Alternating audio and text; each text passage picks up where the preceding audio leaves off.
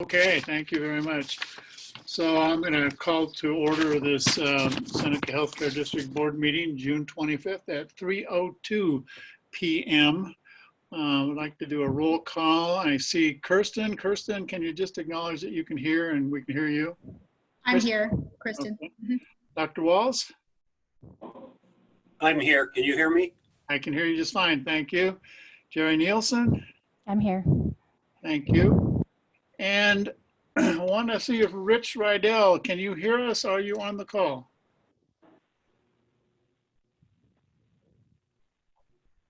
Okay, well, hopefully he'll be able to join us soon.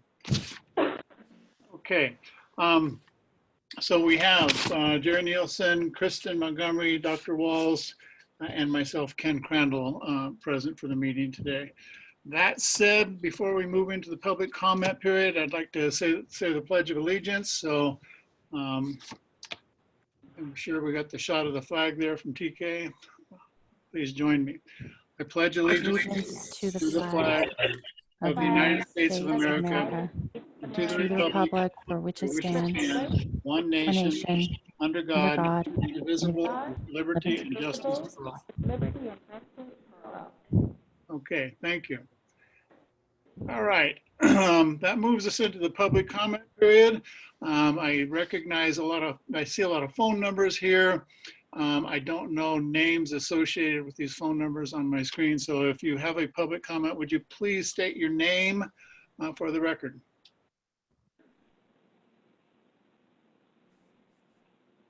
Public comment? Anyone? Gone.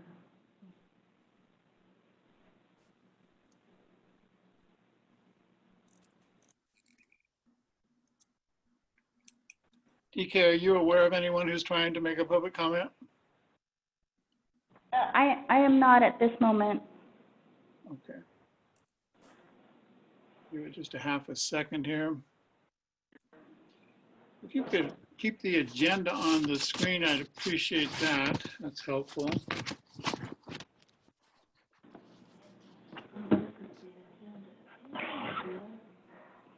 Okay. Well, we'll skip ahead then to approval of our minutes from both the May 28th meeting, our regular meeting, and our special meeting that we had on June 19th. So if you had an opportunity to review hopefully the minutes from both of those meetings, and if you noticed anything needs correction, now's the time to speak up. Ken, this is Jerry. I just have a quick question for you. And maybe I missed it, but did you mention the part about us having the closed session? I did not mention part of our closed session. So let me backtrack to that. We will have a closed session toward the end of our meeting. We will then, after the closed session is completed, we will reconvene and give an update if warranted on the closed session. During the closed session, we will be closed to the public. TK will advise people when we resume from our closed session. Okay. And okay. That said, I'll make a motion to approve the board meeting minutes for May 28th and for June 19th. Okay, and so Jerry has moved that. Do I have a second? Second. Dr. Walls? Okay, Kristen? Aye. Aye. And Rich, are you there? Okay, just wanted to make sure. I will vote aye as well. Jerry, how do you vote? Aye. And Dr. Walls? Aye. Okay, so that motion carries and the minutes are approved from both the May 28th meeting and the June 19th special meeting. Which takes us to the med staff report. I'm not sure if Dr. Ware is with us or not. We have. Can I have Dr. Ware here with me? Okay, I'm gonna have her jump in then and walk us through this. Okay, the only issue is credentialing, initial appointment to the medical staff. I cannot say that man's last name. That begins with a W. It was the 60-day temporary one and then also 2 years. And then Sandra Althouse, MD, who's teleradiology for North Star, 60 days and 2 years. Okay. And reappointment Dr. Cooper is active staff from provisional, and Dr. Mellon also had the 60-day temporary privileges and then the 2 years. And so, for the record, the doctor on the initial appointment med staff that you referenced is spelled W-O-J-C-I-E-C-H. So if you make a motion, I would ask you to refer to that name. I don't know how to pronounce that either. Okay, so can we have a motion to, I guess we would take this in one lump sum, a motion to approve the initial appointments and the reappointments? I'll move to approve them. I'll second. Dr. Walls makes the motion. Jerry Nielsen seconds the motion. Kristen, how do you vote? Aye. Okay, and Jerry, how do you vote? Aye. Dr. Walls? Aye. And I will vote aye, so that motion carries and those appointments are made. All right. I'll vote aye too. I'm sorry? Okay. I said Moving I'll to, vote aye as well. okay, Rich is, And Rich has joined us. I see that. Thank you, Rich. Okay, and Rich Rydell votes aye as well. Please let the record reflect that Rich Rydell has joined the meeting. Good deal. We're on item number 7, policies and procedures. And last time we tabled policy number RT020002. And I'd like a refresher on, I think there was some inconsistency in the verbiage. Who can tell us, track that for us and tell us what change has been made? Ken, I think it was simply a letter was left out. It says not pertinent information, and it should have said note pertinent information. Somebody left the E off. Okay, It okay. has been corrected. And my concern is, you know, if the medical staff approves a policy and the board makes a change, technically it should go back to the medical staff to be approved before it comes back to the board to be approved. I think in this case, it was simply a letter that was dropped, and maybe we don't have to do that. Well, we can take a vote on it and either it carries or it doesn't carry. If it doesn't carry, maybe we'll take it back to the med staff. Is Well, that- then I would make a motion to approve it with the correction of the word not being changed to note. okay? I Dr. Walls second. And Kristen, Dr. Walls moves to approve. And Kristen Montgomery provides the second. So Jerry, your vote? Aye.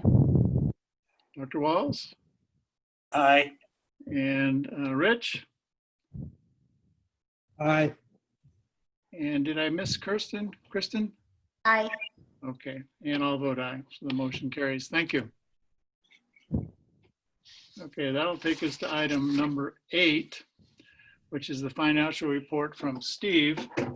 And this will be for May. Steve, are you with us? I hope so. Can you hear me? I can hear you just fine. Okay, great. All right. So under tab D in your packet, are the financial statements for May. And as with the month of April, there were a lot of things going on. The big things going on, obviously, was the continued impact of COVID-19 management and the reduction of services and the reduction of utilization at the hospital during the month. And for the month of May, we had total patient revenue gross of $1,294,632 versus a budget of $429,212, a negative variance of $1,134,580. The variance was pretty similar to the month of April. A couple comments about that is that we had been running under budget even prior to the impacts of the COVID pandemic. So comparing to budget is, when we look at the numbers here, there's a piece of it that was how we were already performing. The utilization was below budget. And then, of course, the big piece of it is the COVID, because we certainly were doing much better than just under $1.3 million. In May, our adjustments, our net patient revenue percent was 65% versus a budget of 52%. So that's a positive variance for us. Two things there is, one is that as we've seen less ER utilization, we have a higher overall reimbursement percentage for the hospital. Emergency room visits pay very, very low as a percentage of revenue. And so it's bringing up our percentages up. The other thing is Medi-Cal did a retroactive increase on the bed rate for long-term care. So both of those were positive. So the net patient revenue was negative $426,663.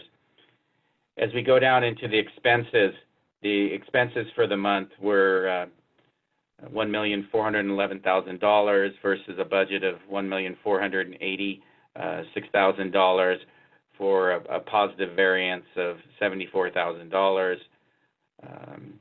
Our labor was a little bit under budget. We're having to use more registry than we anticipated, than we budgeted for.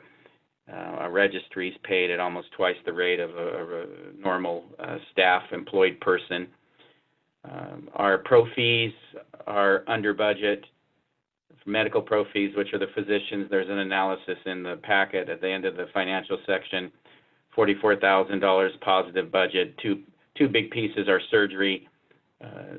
We're not paying Dr. Jensen right now anything because there are no surgeries being done, and physical therapies utilization is down as well. Under other expenses, we had a pretty significant positive variance. I mentioned there were a few things there that we budgeted for, such as travel and education and things like that we just aren't doing anymore. We had also deferred some of that already, so the budget dollars got moved later into the year, and so it's kind of a double good whammy, if you will. So again, it's the expenses were positive budget for just over $74,000. May, we had some pretty good activity in our non-operating revenue section. We received our second property tax installment from Plumas County. We received just under $237,000. We did budget or estimate $270,000, so there's a slight negative variance there. We received a prime grant payment of $459,000. We had budgeted $600,000, so there was a negative variance there. But then under the non-capital grants and donations, this is where we're recognizing our stimulus funding. There's two components that are here. There's the CARES Act funding, which was a distribution under a variety of methodologies. One was just a broad-based distribution to all providers. Then there was a specific rural distribution. In the case of Seneca, it was almost $3.5 million. And then they made a distribution for rural health clinic. And then in June, we're seeing some continued much smaller distributions. But the intent of these funds is to cover the costs of planning and I guess managing COVID in your facility, and also to cover the lost patient revenue from the impact of COVID.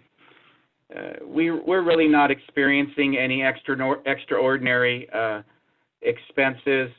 We're going through some more gloves and masks and other PPE, but nothing significant. We have made some purchases, some nice purchases that we'll use a SHIP grant to cover a lot of, if not all. So really what we're looking at is lost revenue. So what we've done for the month of May is we've calculated our estimated net patient revenue that we feel that we were below, we're impacted by COVID. It's, again, there might be a little bit of covering the negative variance we were experiencing prior to COVID, but we estimated that in the month of May that we were going to recognize just under $414,000 related to lost revenue. And so we brought that into income. May was also the first month where we had a payroll, a covered period for the PPP loan, the $1.5 million that we received from the government, from the SBA. So we recognized our first payroll, the eligible payroll from that was just under $237,000. So between the two of those, we recognized just over $650,000.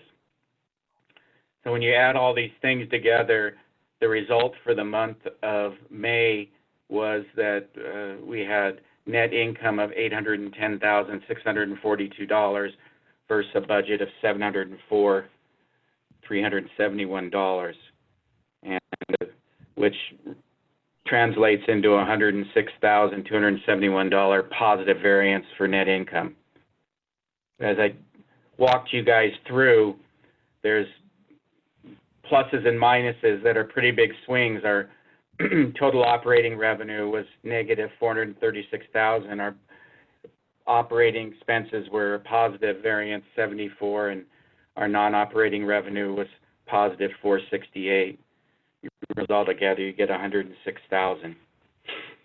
So are there any questions or comments or anything about what our financial statements represent for the month of May?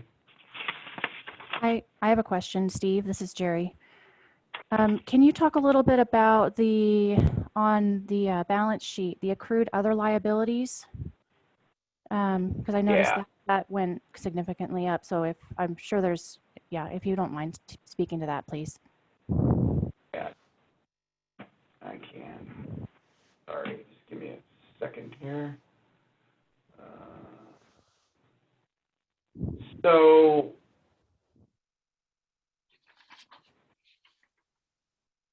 we have other accrued liabilities of $4,657,747, as Jerry mentioned. And what this is two things. One, if you look back to previous months, we had $212,000 in there. That's still an amount we have sitting there from our previous arrangement to provide internet, a T1 line or whatever it is, to the hospital.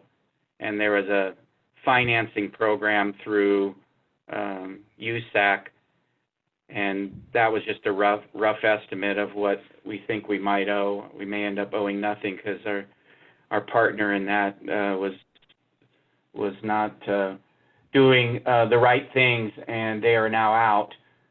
We've established a new relationship, and we still have the service. But so there was $212,000 in there. Then we have manual accruals, I believe. So the remainder of it is $4,384,000 in what I'm calling deferred revenue. And deferred revenue, that's a big accounting thing where you put it on your balance sheet. But we've put it in current liabilities because we expect to recognize this amount into revenue within the next 12 months, which defines a current asset. So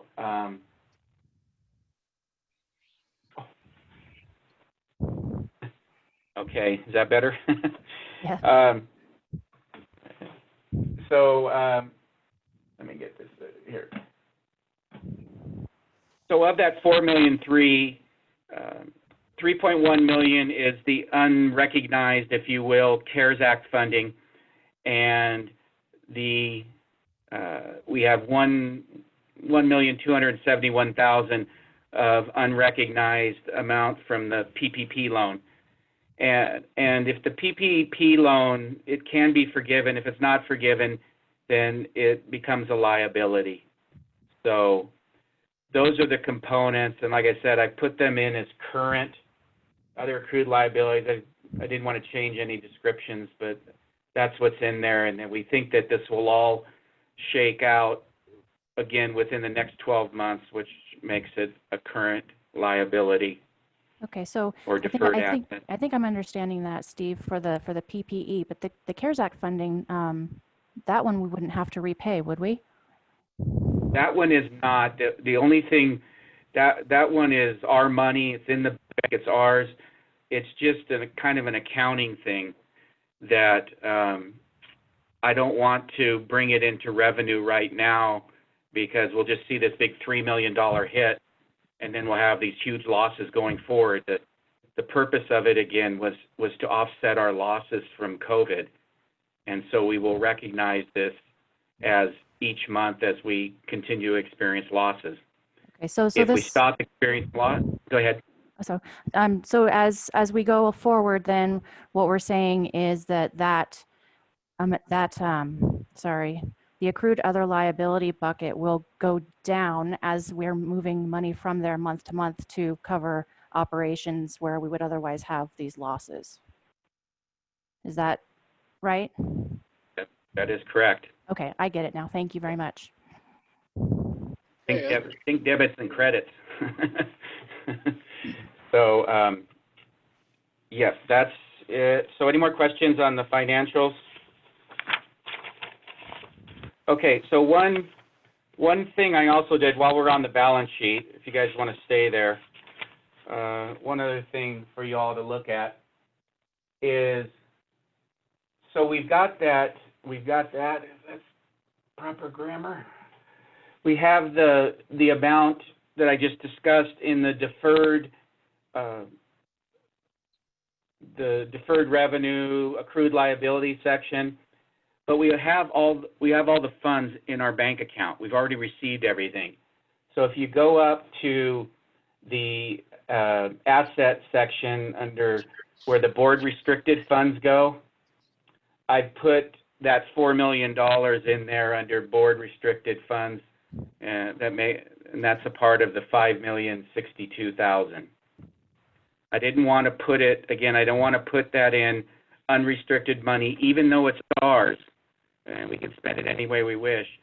I want to be able to calculate our days of cash on hand without having that distorting it as well. Perfect. So when we do our days on cash on hand, with that money sitting in there, we're sitting on 166 days cash on hand right now. Okay. I don't think there was anything I wanted to go through on from the financials, so I'll send it back to you, Ken. Okay, other questions for Steve? If not, I'd accept a motion to accept the financial report for May. So moved. Jerry moves to accept the financial report. Can I have a second? Is there a second?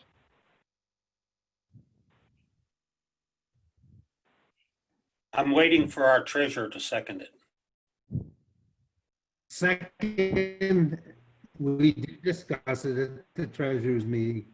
I was on mute. And Rich, I didn't quite hear. You broke up a little bit. Did you provide the second? Okay, I second the motion. Okay. Yes. Thank you. Okay. Dr.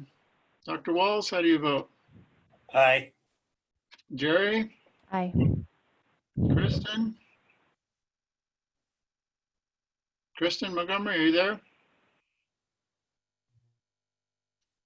Come back. Aye. Sorry, I was muted. Aye. Thank you. Rich? Aye. And I will vote aye. So the financial report for May 2020 has been accepted. Okay, thank you, Steve. You're not to let you off the hook, though. We'll move into our agenda items that are informational. So the HRG report, Steve?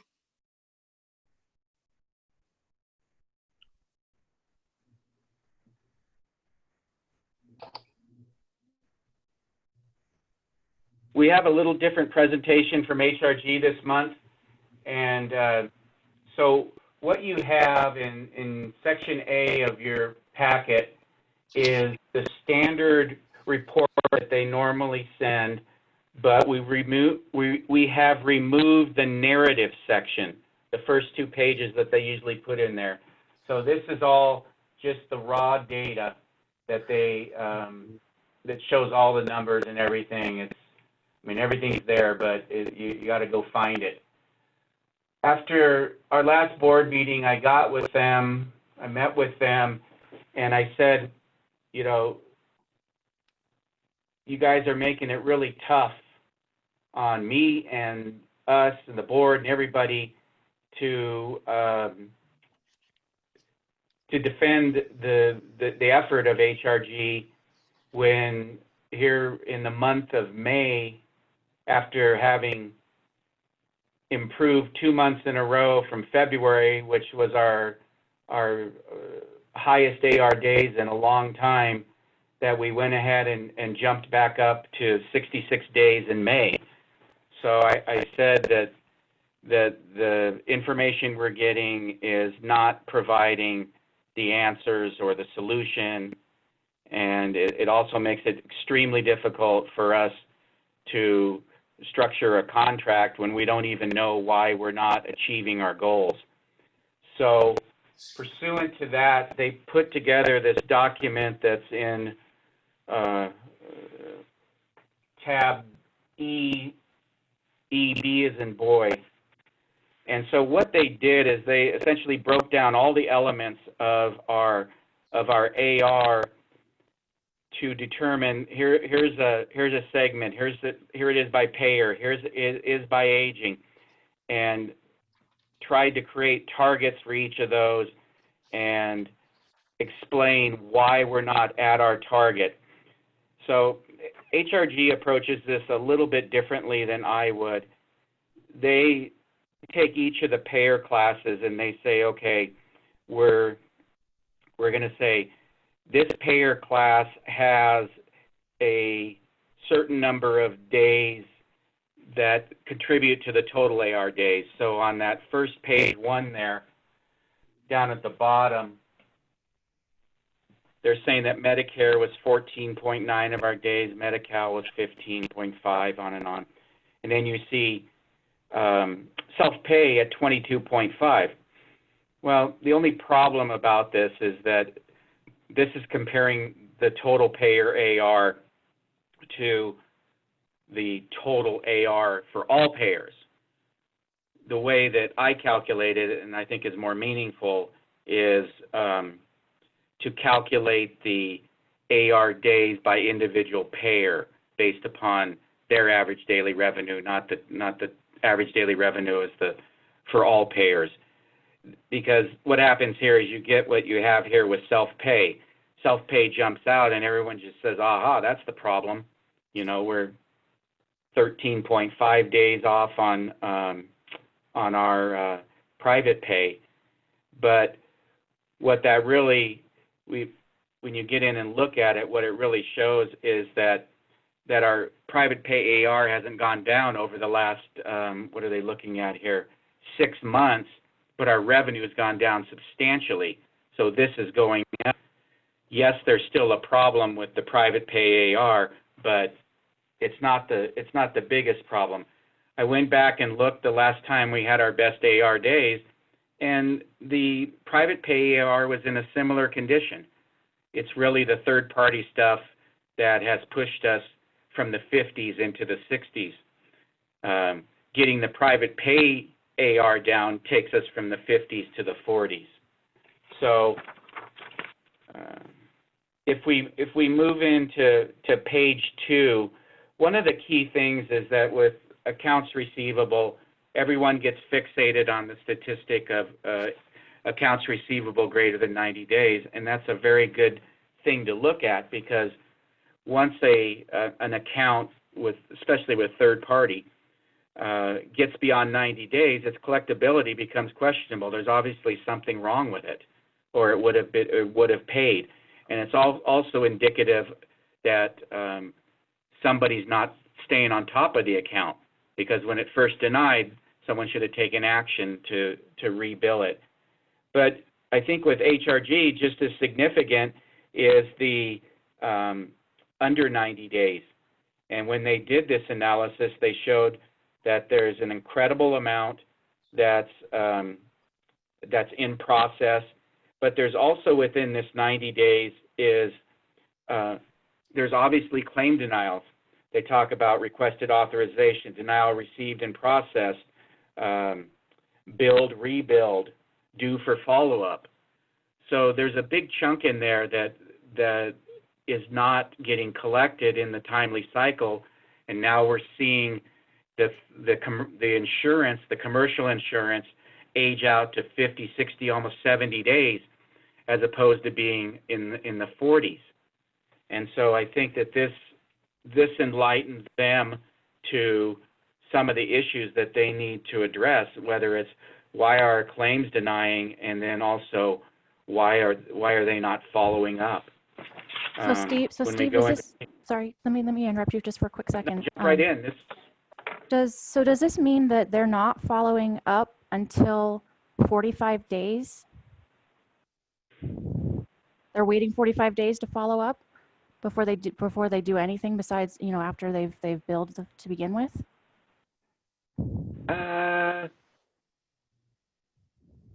I would say it's safe to say if there's not a denial or some correspondence from the payer, and this is a generalization, and take it for that I don't think there's any follow-up. Well, that sounds like that's the problem right there. They should be following up before waiting until they're that old. Couldn't agree with you more. And if you go to the to page 3, I don't know if your packets, if you have it electronically, but that big chunk there, 217,000, it's what they're categorizing as HRG cleanup. And so, in other words, that's the stuff that didn't get followed up on, or that's the stuff that there was a denial and it was rebilled, and then there wasn't follow-up on that. And so I think that's what's been exposed in this closer look, or this different perspective look, however you want to view it. And I think that's now where we believe that their focus and energy will be. And then now this leads into the item C, 2 things. One is HRG's CFO has retired, resigned, or whatever. She's not there anymore. They passed our high level, or at least our contract, on to another person, so I'm completely talking to a new person. And that's okay, because it's good timing. And when I spoke with them, what we discussed was, we said that now we can see what's going on. Our cash flow is getting obstructed. Our cash flow is getting delayed. We're having denials. And we're the ones, Seneca's the one that's paying for it. And yes, HRG is paying for it because they get paid on a collection of percentages, but they're not taking the same proportional hit than we are, because we've generated that revenue, and that's the revenue that we're expecting to use to pay our bills. And so when we don't convert that into net revenue, then that changes our financials, and that changes our ability to pay our bills from operations. So the discussion and I mentioned to him that the last time we tried to do something with this, it was a very impotent, if you will, attempt to penalize HRG. And so now he's going to come up with something where they have a more relative skin in the game, or they have a more relative at risk than we do, than we have, as we have, and that's what we're working on. But I think that this document that I'm going through is what I'd like to give to you guys every month, because I think it tells so much more than all of that data, which is all good, and then a two-page narrative, which I've never really been satisfied with. So I think we're going to send this to you and kind of just tweak some of the narrative that's in here, and put some, maybe a third line, and create expectations and see where we perform to those expectations from here. Have you guys, any of you guys, all of you guys, had a chance to look at this second document, and then whether this is something you like or don't like, or still a lot of information that's you have to still kind of figure out, or any thoughts on this? It helps to have you narrate it a little bit, so I appreciate that. I think we'll get more, at least I'll get more comfortable with it as we go forward. I appreciate your comments today. I'm wondering, do we have any sense, or have we ever seen their protocols for follow-up on claims?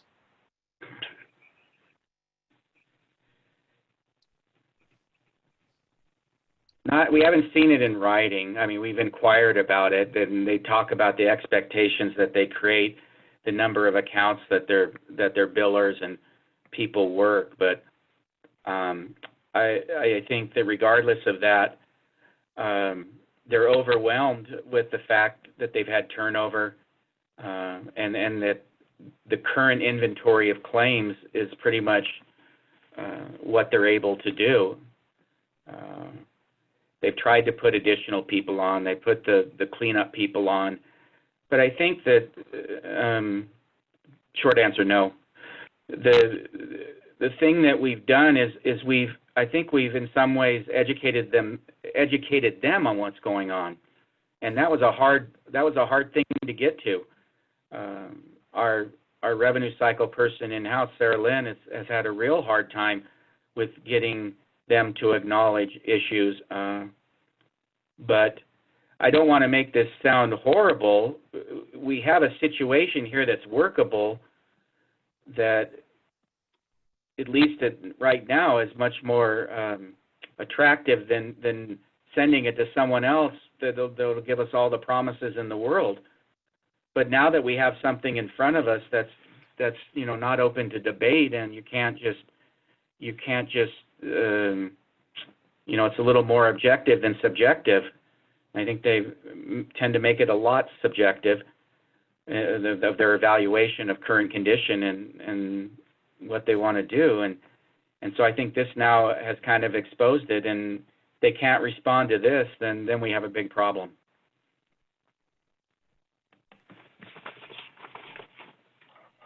Other questions, folks? Comments? I'm sorry, but I do have one last comment on page 5 on the self-pay, just so, again, that we don't look at self-pay and go, holy cow. When an account becomes the patient's responsibility, it goes through a cycle of billing. The patient gets the first statement, second statement, third statement, and after the third statement, they're supposed to wind down our internal collection practices, and they should be getting a final notice that if you don't respond to this, either pay your bill or make a formal financial commitment to repay it, it will be sent to collections. Well, if you look at our just over $1 million of AR, almost 455,000 of it, or 45% of it, is at the final notice, collection notice status. And we really think that they're getting hung up there, because we had some questions about whether or not the statements were really going out. We get occasionally calls from the public where they say, you know, you're sending me to collections and I never received a statement, and that's always a good way to approach it. But as we've looked into some, we found it. So a lot of that is trying to get this process nailed down so that we're confident that if we send these statements out and people don't respond, we have every right to send people to hard collections. The other thing is we want to shorten this up because we think that those S4 and S5s are pushing it out to 5-6 months before it goes, as opposed to, you know, 100 days. And so this is something that we really can work on, and will really help the AR days. So there is some work on all our parts here to address that. And that's it. Okay. Comments, questions from the board? Do they actually make a phone call to the people before it goes to collections? They're supposed to. Okay, just curious.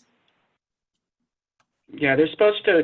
I think it's something like 3 statements and a phone call or 2. They don't just send out non-personal attempts. They are supposed to make calls.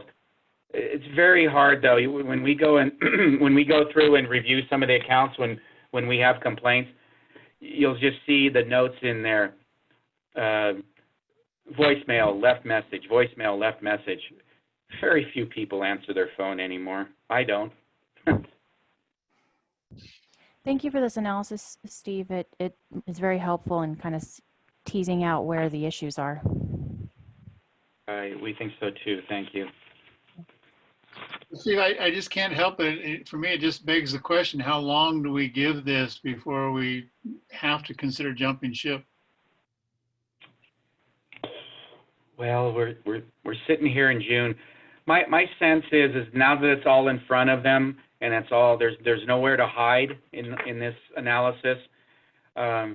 If we don't see progress by September, I think we start gearing up on the transition, which we would have to make a decision by the end of the calendar year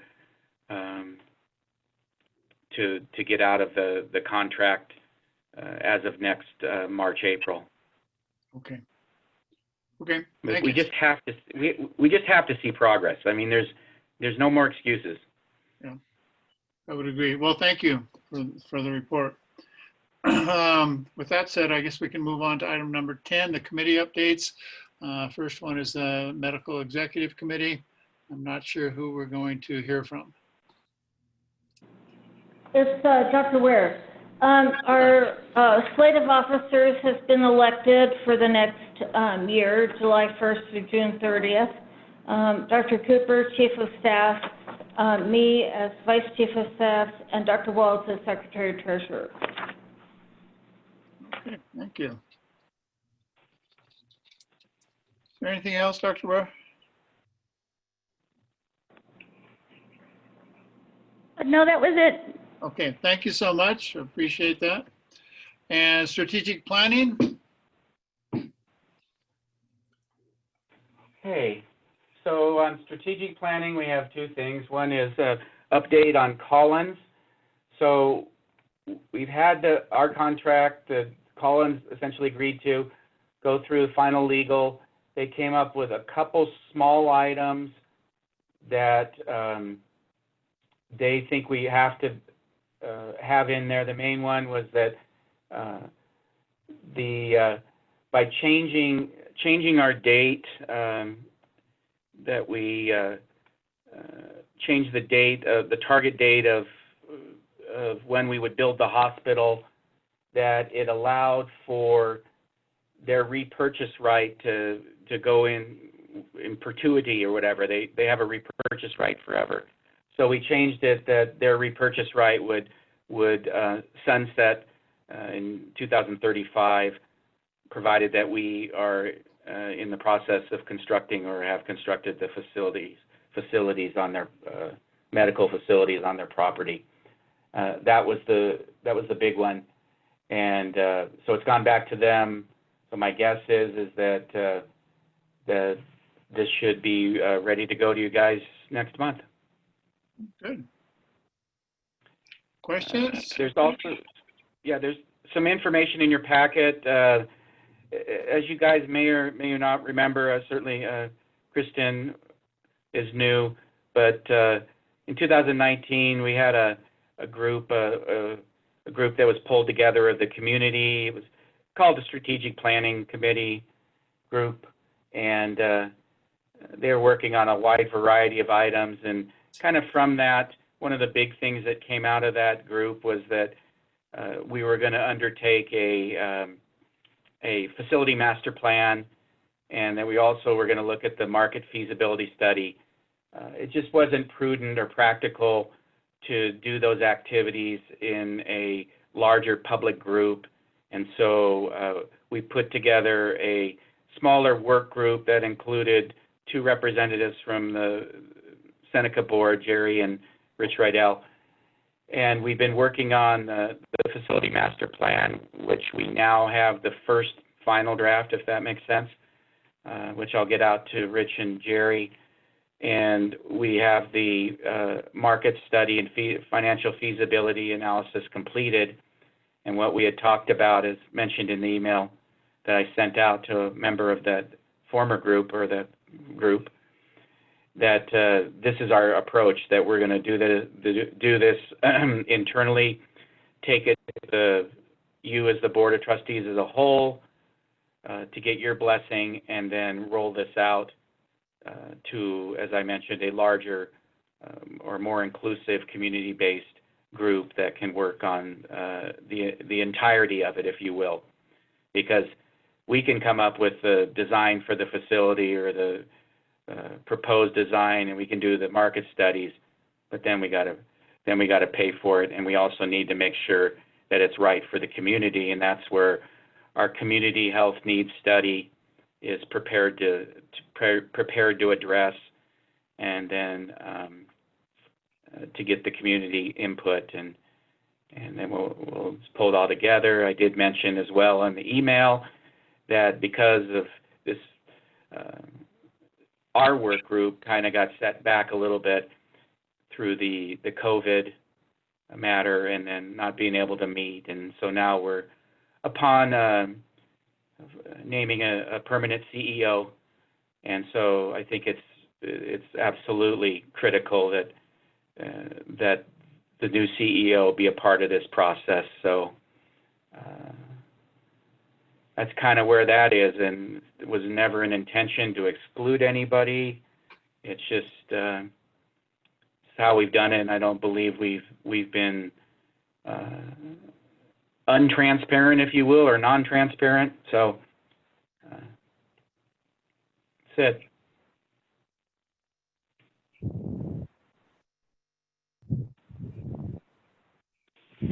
Hey, Steve, anything else, Steve?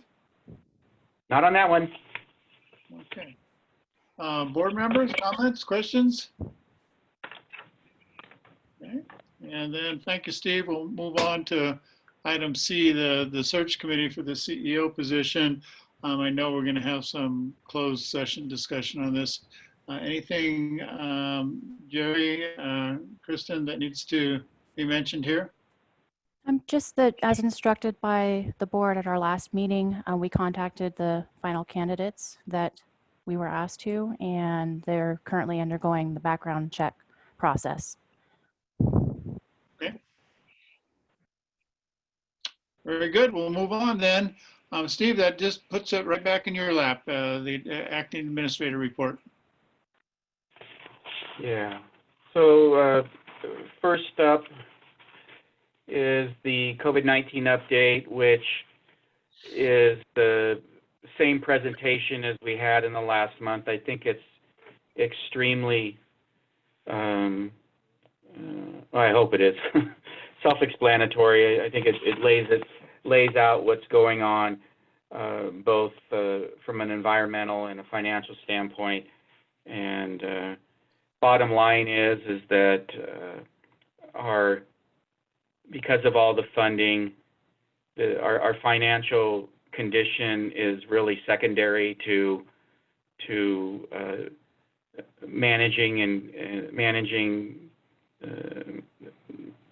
the pandemic and keeping it out of our facility as much as possible and away from our staff, providers, and residents and patients. So good news is that the projections we have right now say we can continue to do this without concern.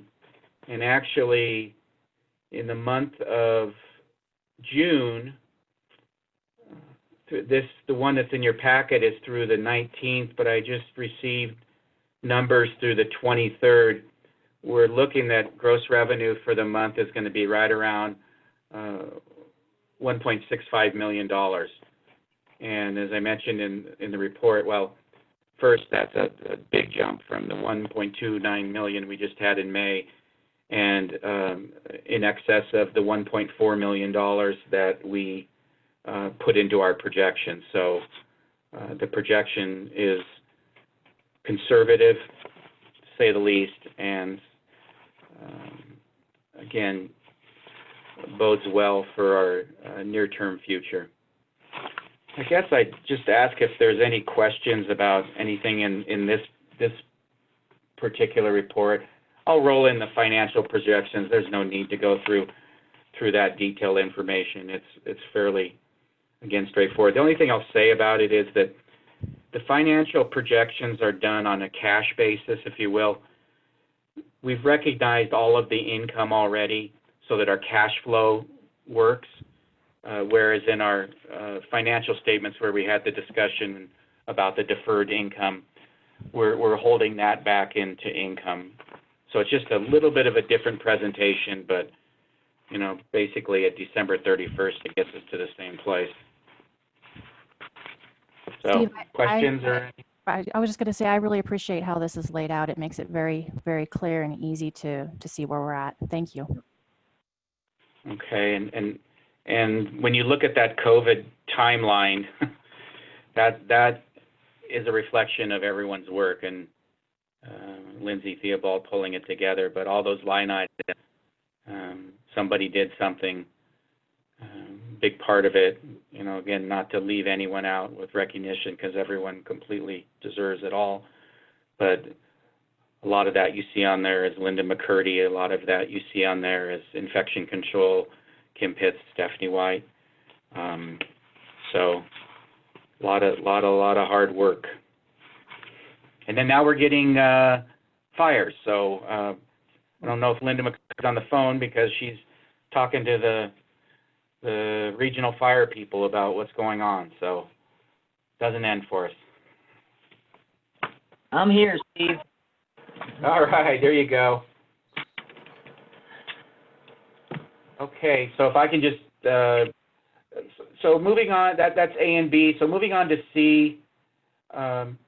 So in the COVID-related world, as I mentioned, the CARES Act funding, the broad-based distribution funding was to go out to all providers that provide services to Medicare beneficiaries.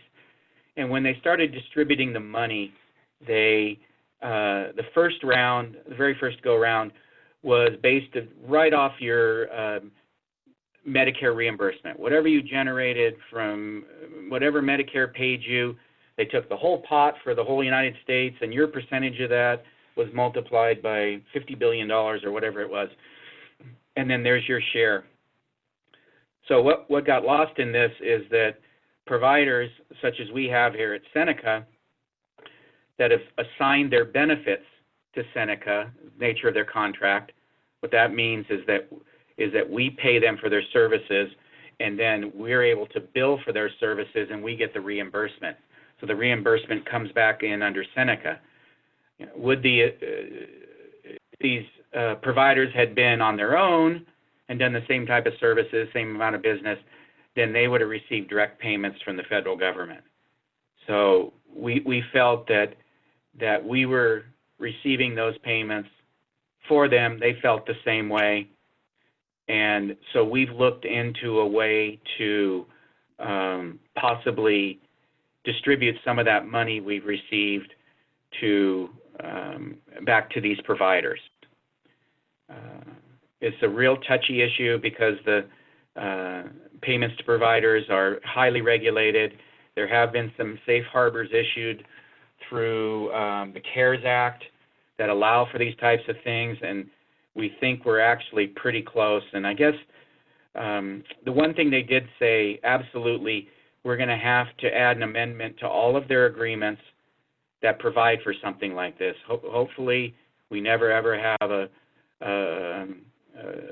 catastrophic event like this that requires the government to create funding mechanisms like this. But if they do, or whatever might generate it, we need to put some language in there that should this happen, that that we will attempt to create acceptable methodologies for distributing funds directly to these providers that would be otherwise in contradiction with certain regulations. So we'll have to have that amendment put in place. But I guess the question I have for you guys is this something that you want me to bring back to you guys, where I obviously will bring the amendment back, but do you guys want to see the calculations, and do you want to have a look at it, or is this something you're comfortable with just letting us proceed? Board members?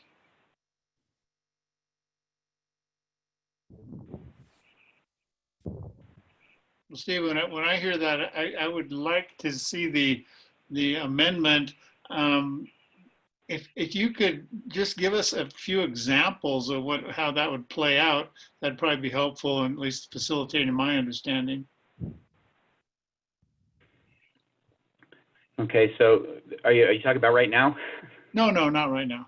No. Okay. Okay. Absolutely. So why don't we just bring it back to the next board meeting? And what we will need to do is we will need to take it into closed session, because it'll involve attorney-client privilege matters. But we'll have it all together.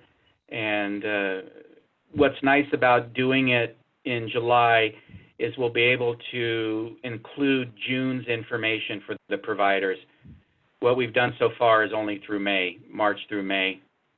And so this allows us to pick up June. And June is also when we're starting to see an increase in volume. Not to spill the beans, but we've reopened surgery, and other places have reopened their surgeries, and so there's an impact to Seneca when our area residents go out to have procedures that we can't do here at Seneca but may come back here for their rehab. Right. I think having it through June would be great. Okay, good. Other questions, comments? Okay, Steve, if you can move along. Yeah, real quickly, I put in your packet, we talked about this PG&E Shoreline Power application. So I was all ready to sign this. It's under $25,000. The architects looked at it. They're good with us. They worked with us on the electrical design portion of it. And I noticed that the contract had my name as an individual of the person under contract. So I've sent it back to PG&E to have Seneca put on there. I just wanted to make you aware. Okay. Anything else? That's it for me. Okay. We will move on then to the departmental reports. I'm a little confused, and Steve, maybe you can just help me out with this. Every time I see this, I see, for example, in the Casey, it says no report, so I'm assuming there's nothing to report at this point. Then I see down here for a C, acute care, Karen, it doesn't say report submitted, it just says, so I don't know quite how to interpret this language on this.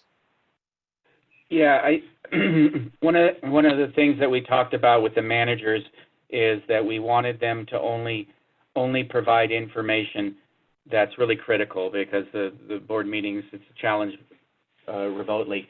And so if they have no report, then there's nothing of significance, or nothing that you need to make aware. What I think we should put, and I wanted to put next to the CNO report, was that the CNO report is essentially the COVID report. Okay. Karen's, the lead on that, and so everything that's in there is the activities that they've been doing in the hospital. And again, if there was something specific to report, there would be a report. Okay, so the one we have here, we have reports submitted on compliance, and we have IT and human resources. So I'm wondering if there's anything that these individuals, Sadie, TK, and Jim, want to add to their reports that have been submitted. Starting with Sadie. I do not have anything to add. This is Sadie. Any questions from the board? Thank you for your report, Sadie. You're welcome. I don't have any questions at this time. Okay, thank you. And then I'll just go down to TK and ask the same question. Anything to add? I don't have anything additional to add at this time, and I don't have any questions. If you have any questions for me during closed session, I'd be happy to answer any that regarding the security matters. Okay, thank you. And then lastly, same goes for Jim. I don't know if Jim's on the call, but anything to add to the report? Or questions for the board? My report, thank you. Okay, any questions for the board? Hey, can I add one quick question for TK? Yes, I'm here. So I think we were looking at the module for telemedicine that was newly available. Did you get a chance to look at that, or what is it? How's it seem? The one, as far as the one from Evident, is a Yes. little bit cumbersome, both for the providers and for the patients. It's not quite where we would have hoped it would be as far as functionally and as well as simplicity, having that balance. Okay. So for the time being, we still have the ability to offer the telehealth medicine via Zoom. They can have individual Zoom appointments with the providers.